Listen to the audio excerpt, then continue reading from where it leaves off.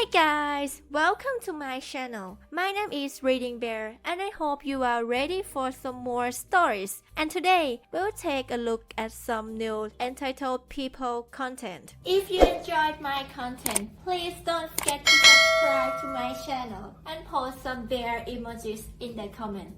And now, let's dive right into the stories. The first story is titled, The HOA Head's Revenge. I recently moved into a development with a homeowners association, HOA. I knew little about how HOAs work, but my neighbor warned me to be wary of the HOA head. He had a reputation for being a stickler for the rules and was known to be a bit of a jerk. One day, while I was painting my house, the HOA head stopped by to chat. He gave me some tips and tricks, but never mentioned the need for color approval. A few weeks later, after I had finished painting, he told me my color was not approved because it was too similar to other houses. I was frustrated, but it was my fault for not reading the handbook carefully. My wife and I decided to get a little revenge. We submitted a new color and form, knowing it would never be approved, just to annoy the HOA head and the panel. We repeated this several times until the HOA head threatened to fine us for wasting their time. But we weren't deterred. We submitted another swatch, accompanied by a copy of the handbook that showed there was no limit to the number of swatches we could submit. This went on for months until we finally got our revenge. We presented a light green color to the panel, which they approved. Little did they know, our house was already painted that exact color. A few weeks later, we received an angry letter from the HOA head, along with a bill for their time. We refused to pay and prepared to fight it. But we were in for a surprise. The HOA head had filed a lien against our property, which meant they could foreclose on our house if we didn't pay the fine. We were shocked and didn't know what to do. We decided to seek legal advice, but it seemed like we were out of options. Until one day, we received an unexpected call from the HOA head. He informed us that he had been fired and replaced by someone who was more reasonable and fair. He apologized for his behavior and offered to drop the lien and the fine.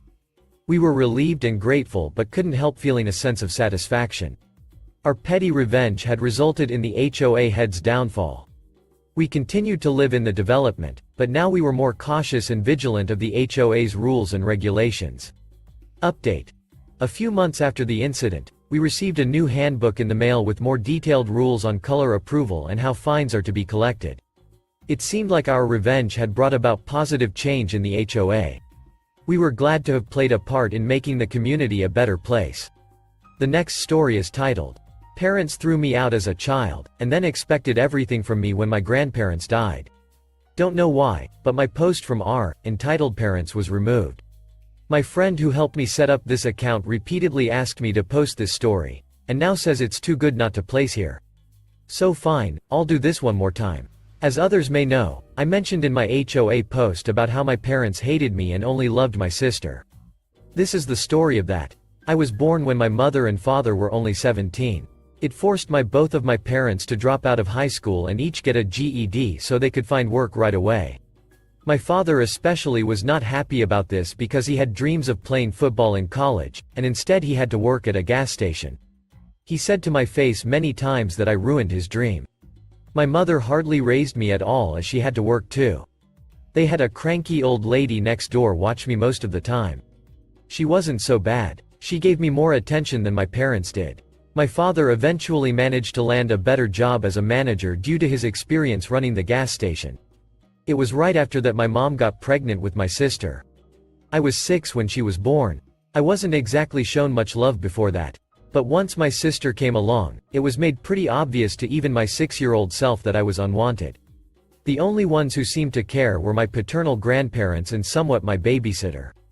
And they were more like my parents because they treated me the way a little kid needed to be loved. We lived in a 2-bedroom apartment.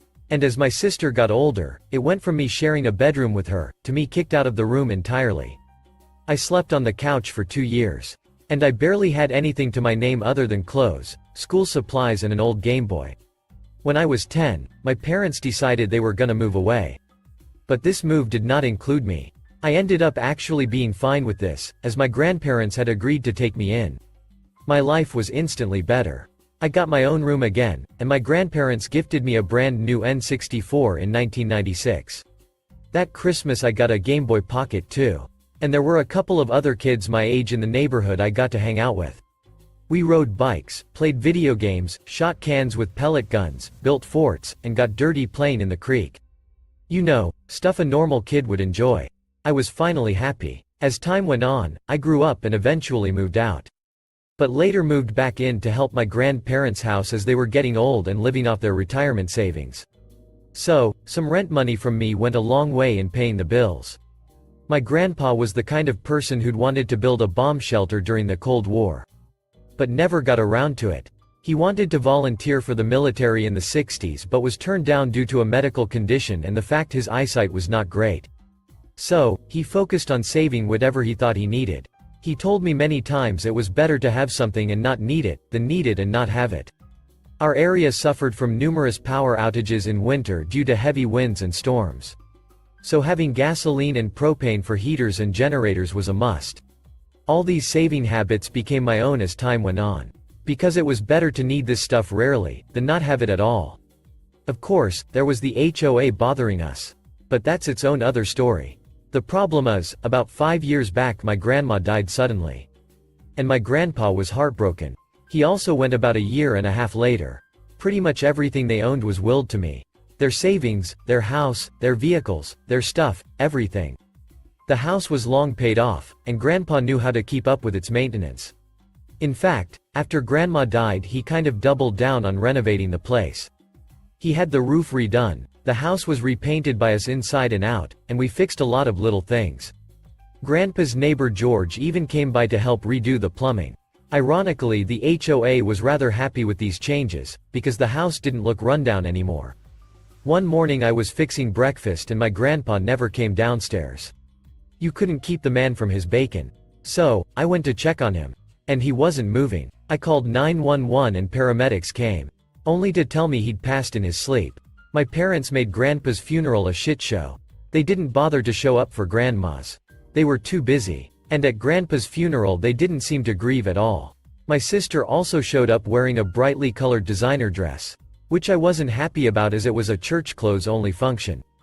I noticed my parents repeatedly whispering to each other and glaring at me whenever I looked at them. Come to find out at the will reading that my parents knew that they'd been disinherited long ago for their treatment of me. And they thought it extremely unfair I got everything. They threatened to sue me to contest the will. And I got repeated calls and messages from my father, mother and sister telling me I needed to do the right thing and give my father what was supposed to be his. I told them all to flake off in far more unsavory words. My parents ended up taking me to court to challenge the will. But the judge ruled in my favor after seeing the will and hearing us both out. So, it wasn't a long drawn-out legal battle. The judge even looked at my parents with absolute disgust after seeing the will and hearing about their mistreatment of me in my childhood. He called my father a terrible parent, and that my grandparents were right to disown him. My father just hung his head in silence, but he made sure to stop me outside the courtroom and tell me I was always the biggest mistake of his life. And that if he could go back in time, he'd make sure I never existed. He should have been a football star. And instead, he has to wear a name tag for a 9 to 5. I told him that mistake or not, Grandma and Grandpa could see what kind of nasty person he was. I didn't ask to be born. And the only real love I ever got was from my grandparents. And he was no father of mine anymore. I got a few more threatening and harassing phone calls, as well as some letters from my parents. All demanding money among other things.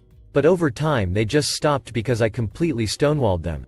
Never responded to the emails or letters, and I stayed silent during the phone calls. A few times I just left the phone sitting on the counter with them ranting till they realized I wasn't listening. Aside from not getting the house or money, my parents seemed particularly irked they could not even get a rise out of me. But I was prepared to go to war against them. And they knew it, so in the end they just left me alone. From what I know looking at Facebook the past decade, my sister tried to get into modeling, got married, had 2 kids, got divorced, and is currently unhappily working a job she feels is beneath her. My mother currently works retail and is also vocal about her disdain of it. Like my father, she peaked in high school. She was a cheerleader back then, and even had her old uniform framed on the wall. My father has pretty much had the same job for 25 years. He must be good at it if he's still doing it. As for me, well, I'm in my late 30s now. And I live pretty much debt-free in a nice neighborhood. I haven't really had a girlfriend since high school. And I've had little motivation to ever have another relationship. But loneliness gets to everyone. So maybe I'll try to find someone soon. Not many are in the financial position I'm in at my age. Single, paid off house, 2 vehicles, and a decent amount in the bank. I guess I could aim to be a stepfather. That might be more my speed. The next story is titled, Landlord sent a crew to clean out an adjacent unit, but they accidentally cleaned out my storage building and trashed everything. They said the best they can offer me is a $50 gift card. My downstairs neighbor in the house I rent moved out, and the landlord sent a crew to clean out the unit. They mistakenly cleaned out a shared outdoor storage space that contained only my belongings, including 2 bikes, a lawnmower, a vacuum, and any number of tools and household items. After pestering my landlord, they located and returned the lawnmower, claiming that it had been broken and someone from the turnkey company had taken it home and fixed it. It was working just fine, and actually works worse now. When I pressed them about the other contents of the building, they gave the response in the image below. They claimed the bikes were not working. Not true. They were, and that since everything looked like trash, the best they could do was a $50 Amazon gift card. I responded saying that this amount would not cover the loss, and now they are ghosting me. Do I have sufficient grounds to take any kind of legal action? Update. After my last post, I sent an itemized list to my landlord. I tried to list replacement costs for items of like kind and quality, making deductions for items that I could replace with used items. The total value I submitted to them was around $700. They responded today by saying they could offer me an additional $100 worth of Amazon gift cards and nothing further. They proceeded to make further claims as to how this whole fiasco is somehow my fault for, admittedly, leaving the storage room in poor condition. Per advice from my last post, I am planning to submit the same itemized list to my renter's insurance company, but I am wondering if any of her new claims hold any water.